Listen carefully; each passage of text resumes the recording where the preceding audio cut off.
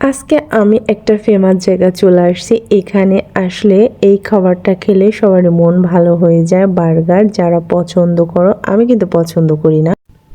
মৌ আর ফারজানার অনেক বেশি পছন্দ, ওরা এখান থেকে খায় মাঝে মধ্যে। ওরা জানে এই লোকেশনটা ওরা আজকে আমাকে দিয়েছে, আমি ওদের সাথে আসছি।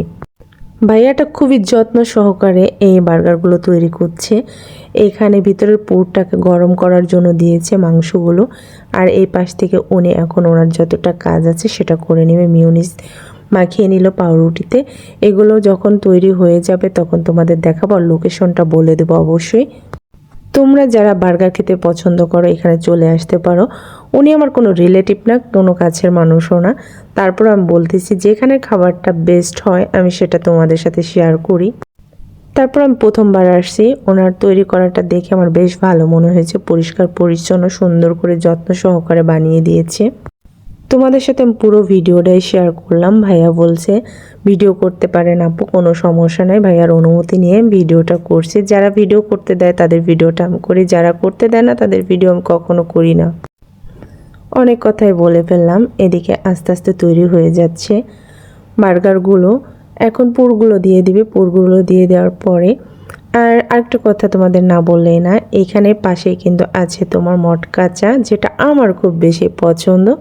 সেই লোকেশনটাও কিন্তু এই লোকেশনটা একই জায়গায়। আগের ভিডিওটা যারা দেখেছো তারা জানো, আর যারা ফরিদপুরের মধ্যে আছে তারা তো আমরা এখানে মাঝে মধ্যে আসি, আমরা জানি। বাঁচতে গেলে খুব বেশি টাকা পয়সার আমার মনে হয় না দরকার আছে।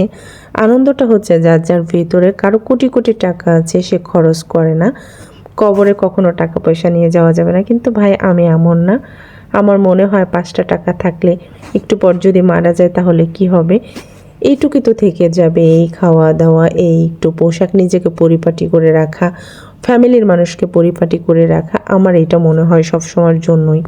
প্রত্যেকটা মানুষের ব্যক্তিগত কিছু না কিছু থাকে, আর আমারকে নিজেকে পরিপাটি করা, ফ্যামিলির লোকজনকে পরিপাটি করে রাখা, এটা হচ্ছে আমার ব্যক্তিগত একটা বিষয় মনে করতে পারো।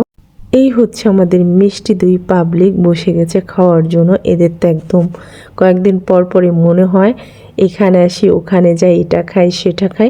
আমি ওদের সাথে থাকি ঠিকই, আমি একটু একটু ট্রাই করি, কিন্তু আমি বাহিরের খাবার এত বেশি পছন্দ করি না। ম্যাক্সিমাম বাহিরের খাবারগুলো অর্ডার দেওয়া হয় ওদের জন্যই। আর আমি তো আজকে পাহারাদার হয়ে বসে আছি। এই 3জন খাচ্ছে, আমি শুধু খাচ্ছি না, পাহারাদার হয়ে পাহারা দিচ্ছি সবাইকে। আর এই লোকেশনটা হচ্ছে তোমার সানরাইজ স্কুলের পাশে। এটা হচ্ছে জিলটুলি শাখা। সানরাইজ স্কুল অনেকগুলো শাখা।